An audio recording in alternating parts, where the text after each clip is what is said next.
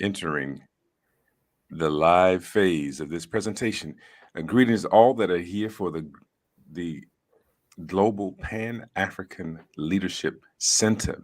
We are excited about the person that we're going to speak to today. This is one of those fantastic days where we have a global educator, a scholar, who's engaged in the process of understanding how to educate our youth, our children, into knowing who they are.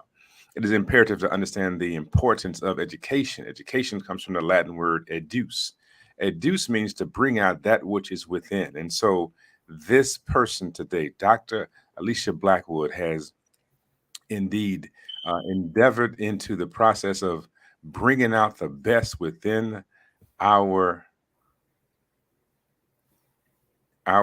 youth. And we are here. We're going to bring her up. I want you all to know that she is a preeminent scholar within the African diaspora, a profound a thinker of our times. And so I thought it was imperative that she be exposed to the world, but we are exposed to her. Dr. Blackwood, welcome to the Pan-African Leadership Center, where we discuss the topics that deal with global Pan-Africanism. We don't try to mince words. We don't chop and screw things. We have profound discussions here. So you are here. Tell everybody about who you are and how did you become an educator? So thank you so much for having me here today. My journey as an educator started with the solid foundation that was set by my grandparents. I would say they were my first educators and provided that guidance. And so I went on the journey. I was born in Jamaica, raised in New York City, and did my schooling in New York City. I went to City College, and that's when I decided I wanted to become an educator, and more specifically, working in areas that I am supporting children in urban centers. And so that journey started out with great excitement in moving towards my journey to education. And that journey, many stories along the way. I started teaching in New York City at a private Montessori school, relocated to Orlando, and started teaching in public school in the early 2000s. And that was a nightmare. My first year of teaching, I almost quit because the classroom management and working with the students was extremely challenging.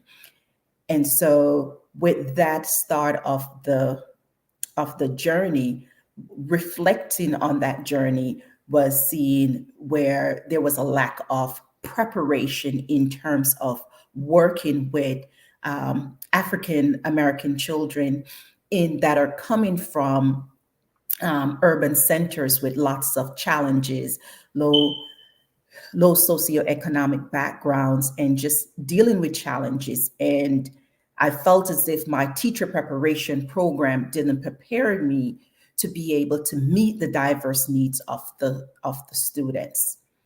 And so that journey, there were shifts started taking place within my first year of teaching after I attended a training on culturally responsive teaching and working with the difficult child.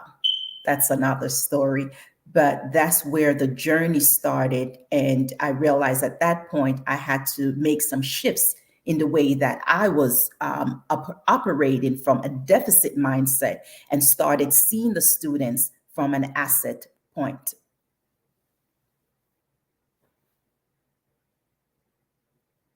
You're muted. You're muted.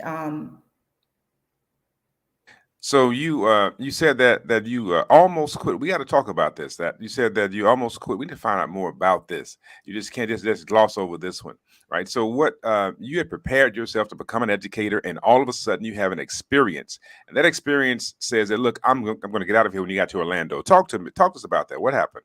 So I was working in a predominantly school with predominantly Black students. The principal at the time, she actually said to me, "You're a Black woman. You should know how to teach Black students." And so, with the diverse needs of the students, it was challenging for me to be able to provide the content information and manage their diverse behaviors. And so, within 6 weeks within my teaching, she did a random walkthrough in my class, and she came to my class and she said, "You have 2 weeks to get it together or else." Needless to say, the 2 weeks came. I did not get my act together. And so she removed me from the classroom, really demoted me, took my teaching salary, and put me on one of the lowest paying paraprofessionals at $7.55 an hour. Never forget that. And so through that pain, I had to, while I was looking a job, but at the same time, I was going through the classrooms and providing reading instructions on a smaller group level for students. And one of the educators at the time, I saw that she was doing some profound things in the classroom. And I said to her, "Where did you learn this from?" She said, "Marva Collins." And I was like, Mm. "Marva Collins, who is that?"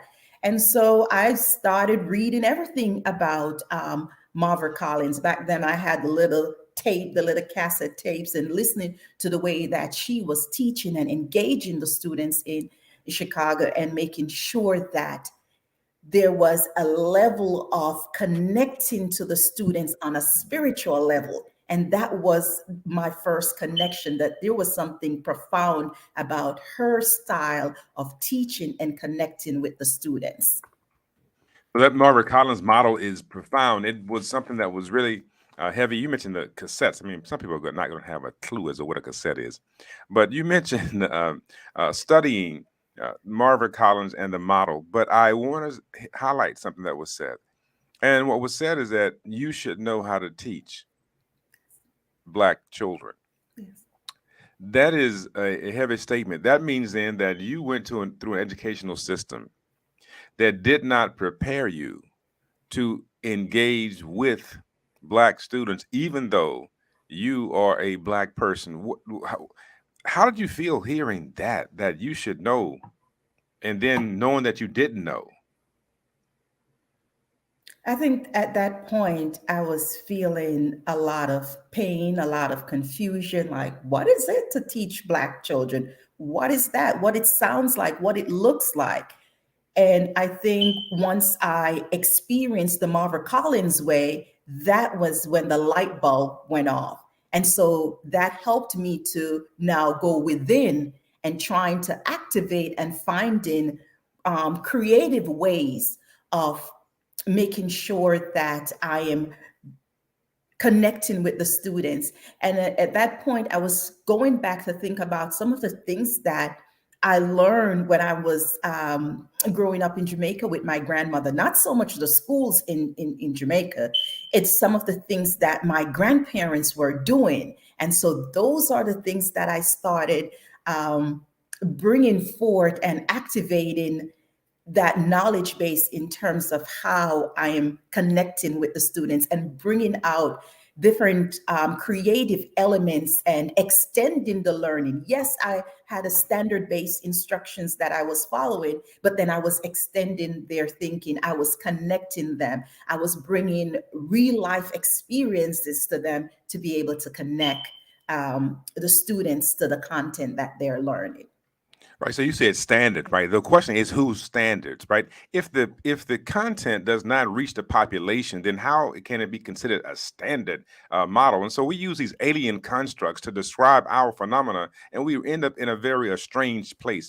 So this idea of you should know and you didn't know, you had then had to draw upon your roots, right? Your foundation, and think about how we become estranged from our foundation and assume that somehow some way that other people do it is the way that it should be done. And when you mentioned the Montessori model, Maria Montessori was one who was groundbreaking in Italy because she was a woman who became a physician, which was unheard of in her community. So she was changing the paradigm in that area. And on top of that, she recognized that children like her from certain spaces, that what some would call the ghetto, economically challenged spaces, were being miseducated or being suggested that they could not learn.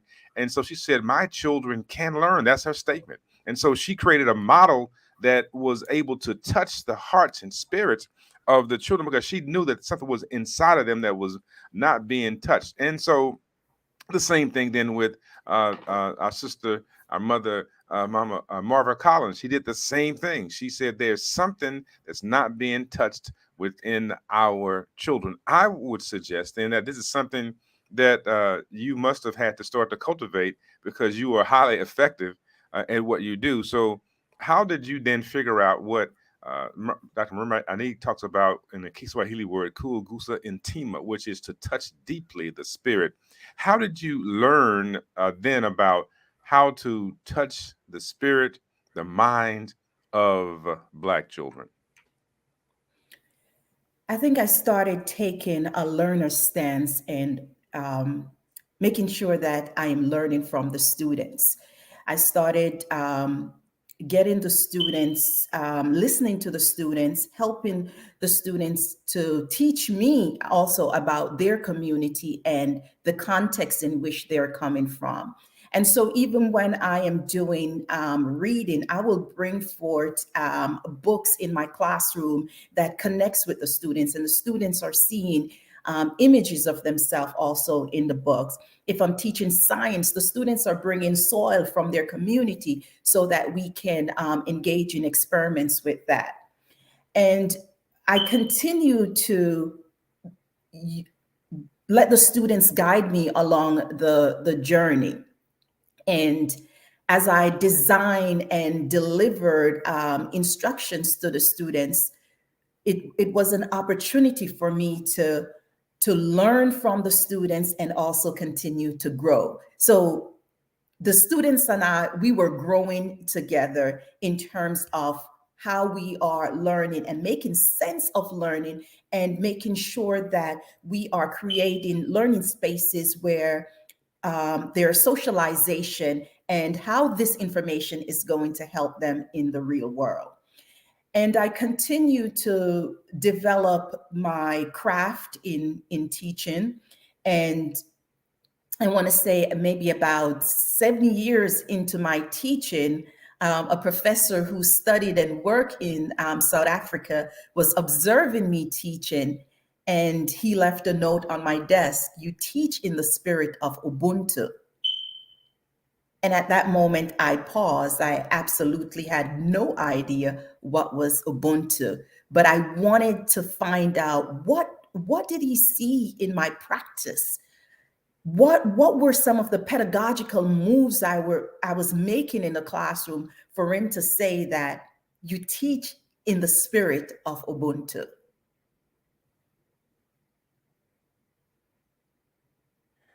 So this moment of recognizing that there's something that you're doing that's distinct and that being affirmed, that seemed to be a pivotal benchmark, a pivotal moment in your educational process. And then, but you were already doing the work, right? So you'd already drawn upon the wealth of knowledge from, you mentioned your family, right? The heritage that you have. You already reached into that, and now you were putting this into students, and you noticed that there was a shift taking place. So what was that shift like before you even get to talk about Ubuntu and the pedagogy? And we're going to talk about your book for sure. So the shift is in terms of how the students were interacting in the classroom, the way that the students, the sense of community, we were actively um, spending time building a classroom community, getting to know each other, doing activities that were connecting us to each other. We engage in work of of reading about ourselves and writing about it. When I started teaching the students about math, I make sure that I am sharing with them about the history and science of math and taking them all the way back to Kemet and making sure that they understand their place in this world. So utilize the first part of my day to set the tone of the day. This is where I have meetings with the students, and we talk about their experiences. I check in with them. How are they feeling? Setting up the tone of the day to prepare them for the lessons that we are going to cover. And this is a place where the students have an opportunity to engage in dialogue for the first 10 minutes of class. And I was very organized and systematic about the way that I structure my day. And throughout the flow of the day, I also give them opportunities where students have the time to just sit and socialize. They also have the time for brain breaks where we do activities to get them ready for learning. And so seeing the way that the students were responding to the things, the shifts that I made, because one of the things that I have to understand that I started to do some deep reflection, and I realized that I had to explain it to myself. I had to understand it for myself before I started working with the students and helping them to understand it for themselves. So that was a key moment in my understanding of the teaching and learning process, that it all starts with me. The way that I show up for teaching, it makes an entire difference in the classroom, and the way that I connect the students to be able to build a strong sense of community amongst themselves. That is when I saw the shift started in the class. And it also, students are feeling more confident because they're also growing academically as well. They're able to master the content area that we were learning about.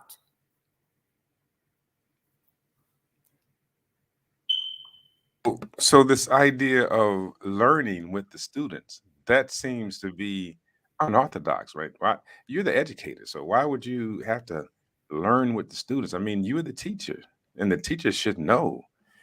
What kind of model is that? And you talk about Kemet, right? I mean, how does this all tie together and connecting to Kemet? Everybody knows that education is just education, right? So what do you mean by this? Let's dig into that. What is that?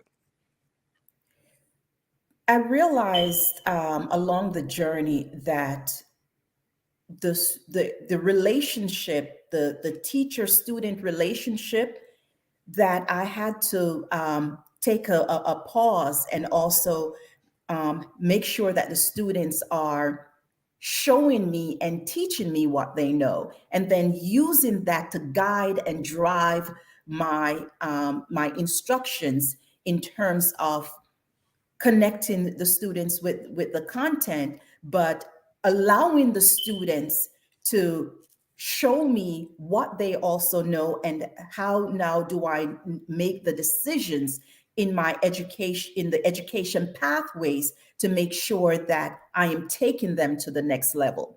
Because when we look at the students are not blank slates. And that is something that we as educators, we have to recognize. The students are coming to us with a wealth of knowledge. And within that points, when I started recognizing that, I see how the relationships with how we are intertwining in the classroom was flowing, as I step back and allow the students to show me what they know as well, and that will help to guide the instruction pathway. You said that the children are not blank slates. Did we not hear or learn that in our Western educational systems, that the tabula rasa, that the children are blank slates and we simply ought to write upon their minds? But yours says that something is very different. Yours says that they come with a level of knowing and that there's a way to tap into that knowing to make it even better or to enhance it. And I think that is critical, that the vulnerability in your discourse, that you as an educator was learning along with the students to help us understand really that learning is a lifelong process. And Yes. so I know you talked about this idea of action research that you've engaged in, which actually helps you to explore your transformative experiences as you transform others. So let's go into this idea of Ubuntu. So you talk about the Ubuntu pedagogy. You just released a book on the Ubuntu pedagogy. What is the Ubuntu pedagogy? How did you develop it? Why is it so important? And why is it important for educators to be exposed to this culturally affirming uh, pedagogy for educating children? So, Ubuntu pedagogy is a humanistic approach to teaching and learning. Humanistic approach to teaching and learning where the students are at the front and center of the learning. When you think about the education model, and I see it as a framework, the student, you have the teacher, the student, and the parents. So that is a partnership, and so the students are at the front and center. So how did I brought me here to a an ancient philosophy, this coming out of an African worldview perspective. So my understanding, and as I mentioned, when the concept was brought to me, I wanted to understand it from a educator standpoint, from an African living in the Americas. What does it look like? What does it sound like in terms of making sure that our students are at the center of our learning and we are approaching it from a humanistic standpoint? So Ubuntu comes out of the Zulu or the Bantu languages, and this idea of I am because we are. The idea of Ubuntu is that we are interconnected, we are interdependent. It is coming out of a collective mindset. So, what I recognized when I started doing my action research, reflecting on my practice, what I was doing in the classroom in bringing forth the students as a part of that, it's actually that collectivism mindset that we are what one does in the classroom also impact the others. So within that collectivism approach, the students were able to teach me, and at the same time I was able to teach the students. So that relationship was a learning process, but we were learning together. And so I continued to grow and develop because, again, I said I wanted to know what was the pedagogical moves that I was making in the classroom. What were some of the things that that professor was seeing as he was observing me? And so I designed a framework as I went within, and I like to call that my Sankofa journey. That the Sankofa coming from the Akan culture is to go back and fetch and bring it forth. And so when I did my Sankofa journey of trying to really deeply understand the essence of Ubuntu, the essence of what I was doing in the classroom, trying to understand the essence of teaching in the spirit, I came up with breaking down Ubuntu in a framework. So, Ubuntu, understanding that the you is understanding self. As an educator, I had to first understand myself, then building relationships with the students. I was very intentional about building relationships with the students. I make time in the classroom to stop and check in with the students when they come in the mornings, checking on their their social emotional aspect. How are you doing? Just to be able to check in with the students. And I also brought in this idea of unifying the students in the classroom, that yes, this is a family. We are going to work together to meet these goals that we have set forth.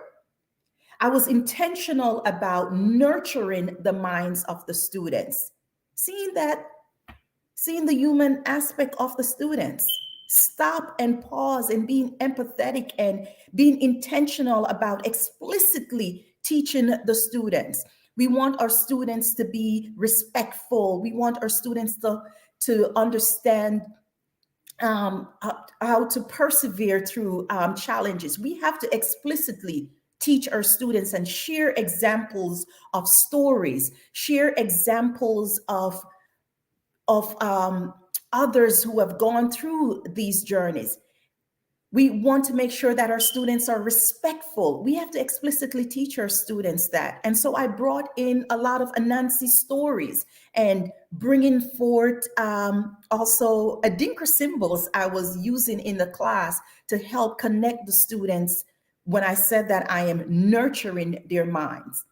And most of all, I taught from a position of love and care.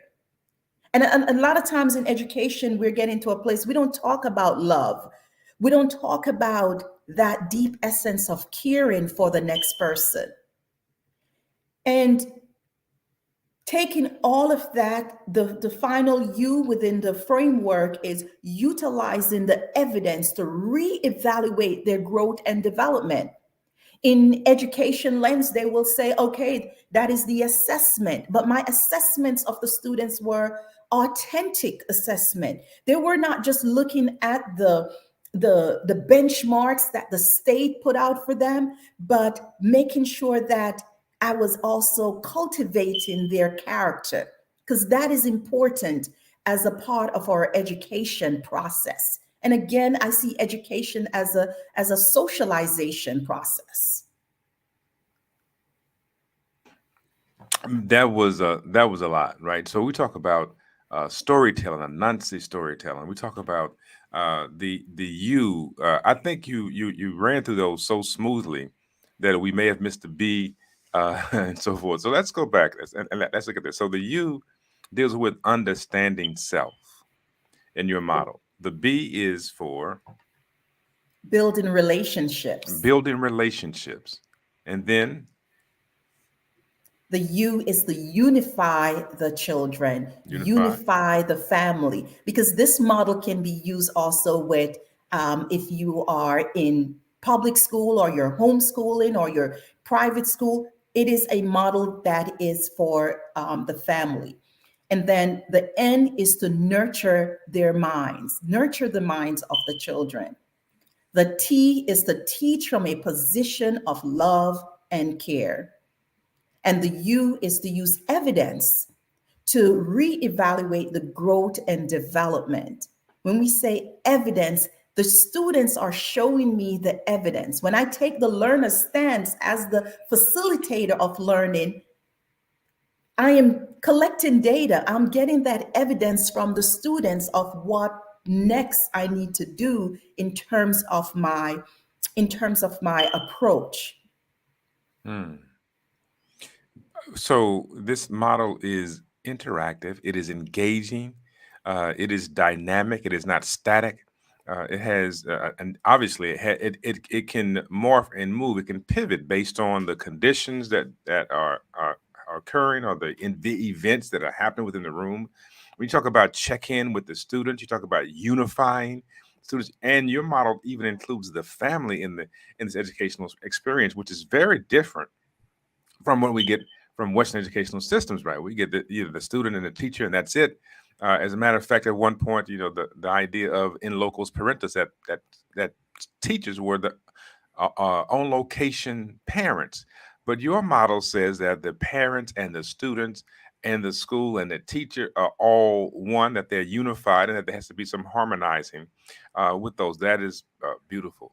And the first thing you said is that because you mentioned this several times over, that children come to your classroom and there is a check-in, what's going on, what's happening, and then there's this circle. Explain that experience. What is that phenomena like when you come in and you check in and you do something, and then we'll talk about these Adinkra symbols and Anansi stories in a moment as well. So go ahead, share more about that.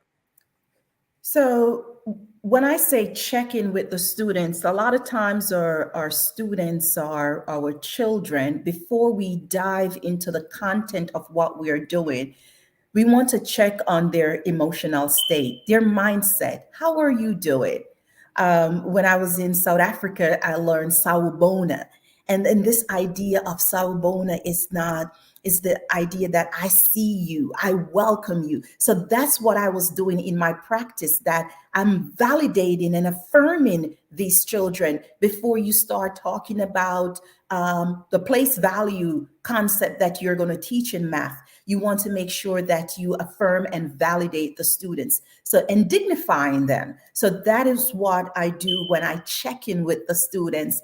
And um, it's so important that the way that even the students respond, that someone to just even to pause and look deeply in their eyes and say, how are you doing today?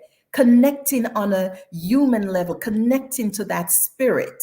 I later learned in life that teaching is a spiritual dance. And so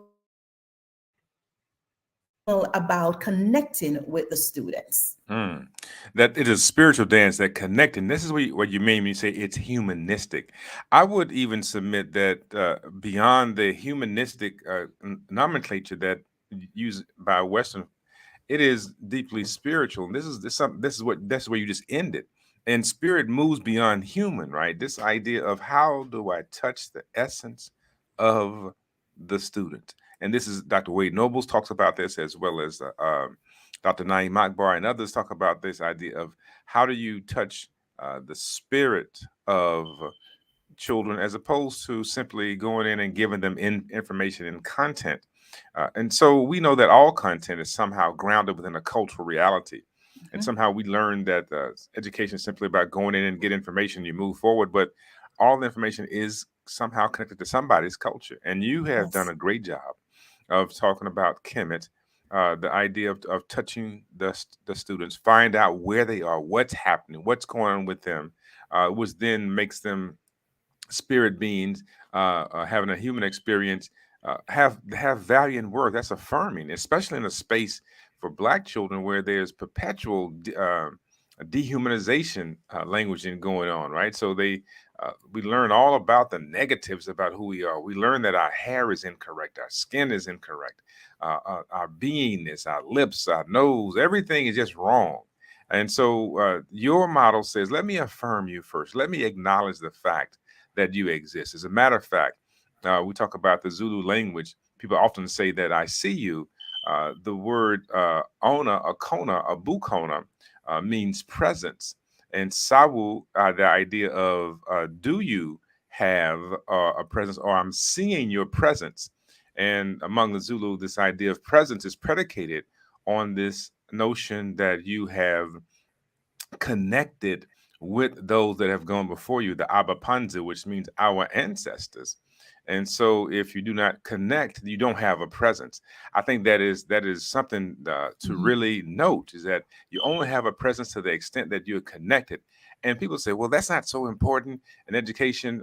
However, if you go spend a US dollar, it has a European ancestor on it. There's a connection being made. When you drive down certain streets named for certain Europeans, they're making ancestral connections. When you go to certain buildings that are named for European ancestors, they're making the connections. The idea of power is and presence comes from the degree to which one is connected to those that have gone before them, those that are around them, and those that are yet to come. This is what's going on here. I mean, this is heavy work, and I want people to understand this is some heavy work that our dear sister is doing all over the globe. So share more about this. So you developed this Ubuntu model. Someone came to your classroom, talked about you teaching the spirit of Ubuntu, the Anansi stories. What is it? What is an Anansi story? What are Adinkra symbols, and how does this even work? I mean, this is some old African hoodoo stuff, right? So clear it up for us when we say this, so people can get understanding of what are the Anansi stories. So we have Anansi folklore stories that's coming out of West Africa and also in the Caribbean. But these stories are coded deeply with messages to be able to connect with the students, that the students can understand it on a deeper level. And also the Adinkra symbols and the proverbs, symbolic language is very powerful, that it connects deeply in terms of making sure that the message within the message that you're trying to convey, it connects through that. I also utilize the principles of Mahat to be able to teach about their character development. And so I explicitly teach the students about truth, justice, propriety, reciprocity, balance, what it looks like, what it sounds like, what is order, what is harmony. And so all of that is a part of the framework, is building the character of the student. We're talking about African centered education. And it is my belief that African centered education should be designed, we say centered.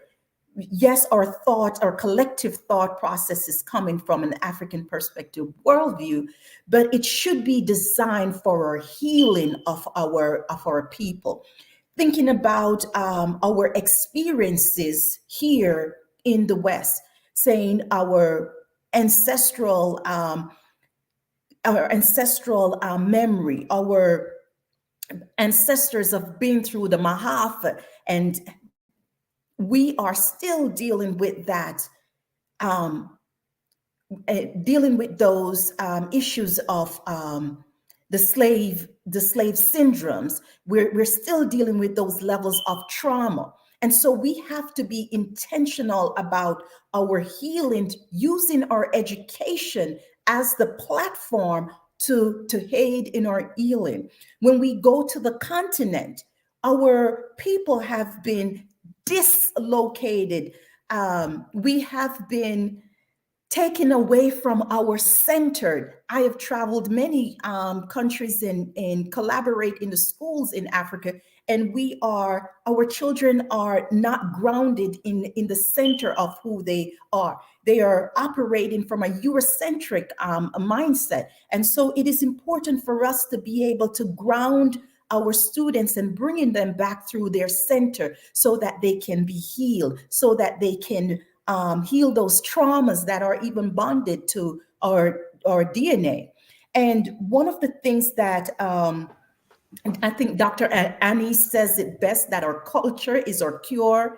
My dear sister and great mind, Queen Thais, she popularized the idea that our culture is our cure, and not just only popularize it, but we designed a framework where that others can come and learn about African centered education. You need training and you need guidance. We have a beautiful model set forth through Liberated Minds.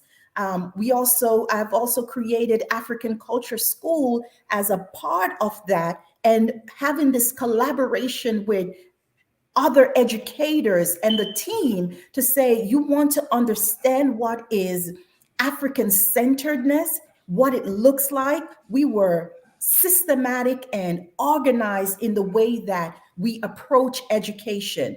The education of our children should not be one that is oppressive. And I'm going to say that in terms of, even when we approach African centered education, and some parents and teachers will say, okay, I'm going towards African centered education, but at the same time, I want to caution those that are going to it from a reactionary standpoint, where you don't explain it to yourself, and just because of fear based, and you are okay, I am going to do this type of education, but not approaching it from a systematic and operating from a framework. When we operate from a framework, we are able to build institutions and prepare our people to return to their traditional greatness. Hmm. You have you have a lot. We're going to talk about this training because you said that the education should be healing. That means that there's medicine in education. And from a traumatized population that has actually been traumatized in large part through miseducation. That is what Dr. Woodson talked about with the miseducation of the Negro. That when you control a man's thinking, Dr. Woodson says, you don't have to worry about his actions. And so this control of thought comes through giving someone some information and content. And what happens to a population when they do not get content that affirms themselves? They become sick. We become paralyzed, helpless, hopeless. But what happens when you receive some information and content that affirms who you are? The idea of education as healing, as much as it is traumatizing. Abiola says, "Thank you for simplifying your teaching approach. This is great." So there's the feedback is coming. Also, um, there was one here from Fatima. I know. Well, let's go to some. As someone new to teaching, the in the profession, this has been very enlightening. So, what you have in here is that people are going to tap into you so that they can get more of this training, this Ubuntu pedagogy training. And Fatima wants to know more about, of course, getting the various levels. And if I can answer this question, I think the U is for unifying or understanding. The first U is Understanding, understanding, right? Build and understanding unify. self. There it is, understanding self. Because in ancient Kemet it says the basis of all knowledge is self-knowledge. And so if you don't get that understanding, then you would be utterly confused about everything else around you. And so this is a very impactful. Mary Hill says, greetings from Suffolk, Virginia. So people are indeed listening to what's happening here. So also, she says, a very spiritual, and it's imperative to understand that as spirit beings, right, the thing that moves us, the thing that connects is spirit. That we have children that shut down in educational settings because they were somehow dismissed in the classroom. The teacher didn't call upon them, or the teacher somehow dismissed what they said, and so they begin to get crushed. What is being crushed? Spirit. And people have to recognize this. It is essence. It is not something. Well, the self is having some knowledge. No, it is spirit that is being crushed, and we have teachers crushing the spirits of students because the issue of racism, oppression, of being miseducated themselves, and so children then turn off from educational systems. Right? You know, we know about. Brother Georgia Kanjufu talks about the fourth grade failure syndrome. That when black males may show up for school and they're fired up about educational systems because the idea of socialization is there, being social beings, and by the third grade they have been so beaten down in the education system because they have been deemed to not be able to be educable and so forth and so on, that they totally say, look, forget education, and they begin to not do anything. So they have the fourth grade failure syndrome within the United States, then becomes a prison process. So this is a very heavy discussion, because when we're talking about this issue of Ubuntu pedagogy, it is shifting how an entire country, but also how the world will operate, because it will remove a population from being at the bottom, from being incarcerated or being enslaved in prison systems, to seeing themselves as having worth and value. You develop the African Cultural School. You mentioned our sister Thais and the work that is done there. We want to be able to tap into both of those things, how they can be done, and we want to go into a space also of how can we learn about, how can we get the training from you on this. So let's talk about this idea of Thais and then your thing first, the African Cultural School, and then Sister Thais and that model. So, my dear sister and friend and partner in the realm of education and providing African centered education, as designed a framework to be able to meet and accredited even African-centered education system. So even if a school that is having a want to utilize an African-centered framework, we do have bodies of experts and to be able to go through the accreditation process through Liberated Minds to be able to get that seal of you understanding what it looks like, what are some of the resources, what are some of the things that you need to you need to have in place to be able to say that your program is an African-centered program, helping to bring our children and our families and our community back to their center. The African Culture School, we started this model 17 years ago, where even though the children are going to public school, we provided a Saturday school model where we teach them about their culture and their history. We also take the students to study abroad to Ghana and Ethiopia. But before we take them there, we do a Sankofa journey here in the US or in the Caribbean to make sure that they are understanding themselves as Africans in the diaspora, what are their experiences? And so we take them through a 10-month curriculum that we prepare them for their journey to return to the motherland. So we do have programs. We also have the African Centered University homeschooling body that support educators, support in children in terms of making sure that, yes, they're getting their content area knowledge in science, math, and reading, but they're also understand it from an African-centered perspective. And so you can find more about that at Liberated Minds under the leadership of Queen Thais.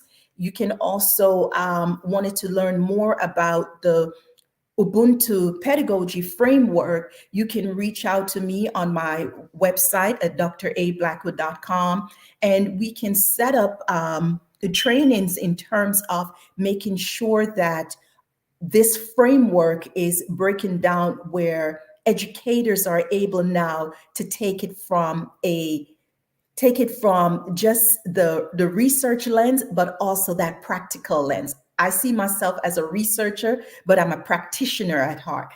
I want to make sure that my educators, my pre-service teachers, my in-service teachers, they're able to understand this and how to use this model, this framework in their teaching process, in the science of teaching and learning. So we have to get that contact information again. So you mentioned Liberated Minds. What is your email address? What is your contact information? Give it to us. My contact information is A Blackwood, B as in boy. Got it. Go ahead. At gmail.com. Okay, so that's how we can get in with this issue, the training, the pedagogy training. Yes. What is your Ubuntu model pedagogy? What does training look like? So the training brings you through these 6 steps. First, we go through a module of understanding self, and then the next module is focusing on building relationships. The third model is understanding when we say unify the children, what are some of the key things educators need to understand? And then the fourth module walks you through nurturing the minds of the children. And the fifth model is teaching from a position of love. So you're getting these resources and training in terms of what it looks like, what it sounds like, what are the practical application of this, and also understanding how to use evidence to guide your teaching and learning process as you're working with the different scholars. And so go ahead. I apologize. Go ahead. I got excited. Go ahead. Yeah. So we provide that training through the 6 modules framework.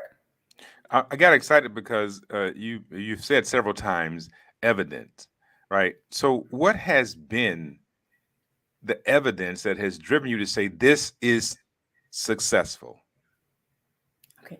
So again, I said I'm a researcher, so I've done extensive study and also replicate that and taking teachers through through the study and to making sure that we are collecting data and to be able to validate and look at that data analysis in terms of how this has been benefiting the educators and just overall seeing the evidence from the scholars that have been through my classrooms, the teachers that I've worked with, and seeing the difference it made with the students when we are able to validate and affirm the students and to use and to be intentional about the arts and science of teaching and the way that we design and deliver instructions to meet the diverse needs of our children. The evidence is rich in terms of how teachers have grown in their competence. And I also talked about Ubuntu competence and taking them to that level where the students can achieve academically and socially. And that social aspect in how they cultivate their character is so important than just it goes hand in hand in knowing content information. Your character is also key. And so we integrate we have an integrative model in terms of how do we support those learners and give teachers the guidance in how we go about doing it. We're here with the healer, the educator, the motivator, the researcher, right? Dr. Alecia Blackwood, Empress, one who's developed a school system, a Saturday school system to educate children. She said that the children are not only children, they're students, but beyond that, they become scholars. They are scholars. That's a transformative experience in and of itself.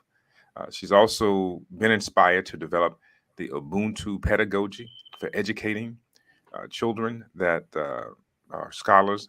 And first of all, she says you got to go in and tap into teachers and get them together so that they can go into the classroom with the right mindset that all children can learn. That's a very African centered perspective, that all children have the capacity to learn, that everyone is spirit on this journey of human, and we must tap into spirit, kuugusa intima, chima, which is a Kiswahili term for touch deeply the spirit.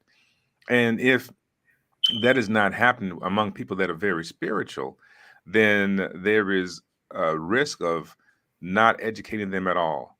And I'm curious as to, as we get ready to close out, I'm curious as to how did you get to the point where you said this is something that I must do, and that this is the way to get it done. You've alluded to it, but this, I mean, what you unpacked is not something that you just simply walk up and say, hey, I'm going to just draft up this curriculum. I mean, there's some experiences, but how did you get to the point and say, this is what I must do, and this is why this is so important? I think what brought me to this place, yes, my lived experience as an African growing up in the Americas, but also my way of giving back. I have been had the great opportunity of having some amazing jegnas who have supported me along the journey and have taught me a lot. I have some amazing jegnas via even just, I call them my book jegnas, Dr. Asard Hilliard, Dr. Amos Wilson, those foundational information in terms of the importance of education and our legacy as a people, and to making sure that we are creating safe and humanistic learning spaces for all learners. My goal is to make sure that I am inspiring and helping the next generation to be able to continue to grow in their traditional greatness and to be able to heal as a people. And so I see education as a way to bring forth that healing to my people. Wow. I mean, and that is it, because in the U.S., of course, school is compulsory up until the age 16, which means then that if students are having to go to an educational system or setting by which they are not being transformed internally, then they're being actually sodomized and brutalized in educational systems, and we have to recognize that. And I thank you for acknowledging that that is going on. That if a child is learning about their worthlessness, then they are being brutalized and sodomized inside of the classes. And so you talked about the various scholars, Dr. Amos Wilson, who poured into me as well in a discussion that he had given in Washington D.C. when I met him.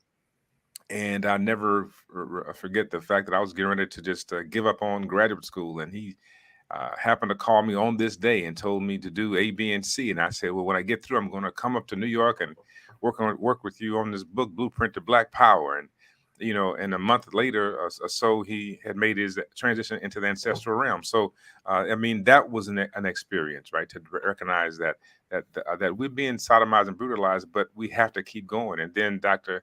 Asa Hilliard, Baba Asa, again, an Association of Black Psychologists, I met him, and every year I would speak with him and talk with him about something.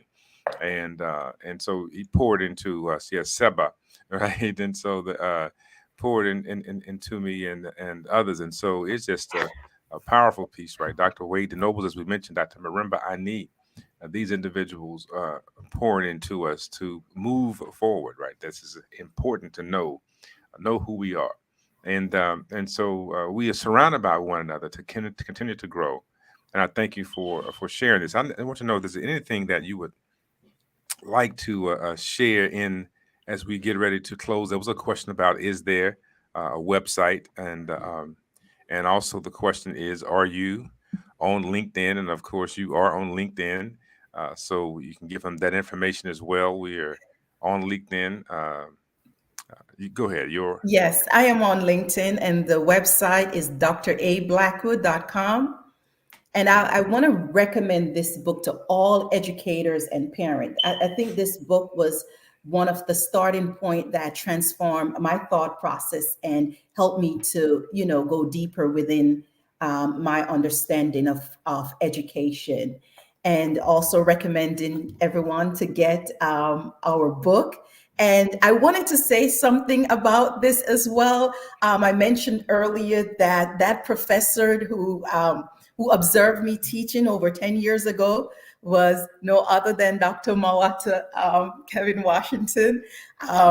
Thank you also for being that Jegna that would listen to my stories at the coffee shop and helping me to unpack as I am, going through and reflecting and digging deeper to have a sense of understanding of how now am I able to write a dissertation on Mm, Ubuntu pedagogy, a concept here, going to a PWI, a predominantly white university, and doing a dissertation on Ubuntu. So I want to thank you for, for that support.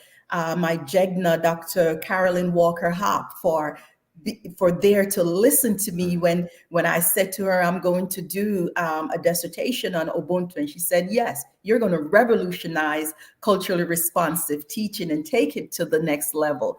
So I am so honored to be able to sit at the footstool of my Jegnas, to be able to learn and to be able to grow, and then to go within and bring forth and activate that which is within and bring it forth. So mm. thank you for providing those spaces for me. And thank you for everyone for listening and joining in today to be a part of this dialogue, because discourse is important for our transformation as a people.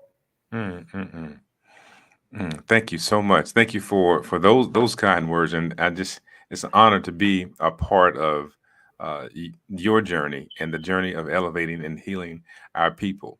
This is the Pan African Leadership Center, We've engaged today with Dr. Alecia Blackwood, a scholar, a researcher, a healer, one who is touching the spirits of children worldwide. She has released a book called The Ubuntu Pedagogy.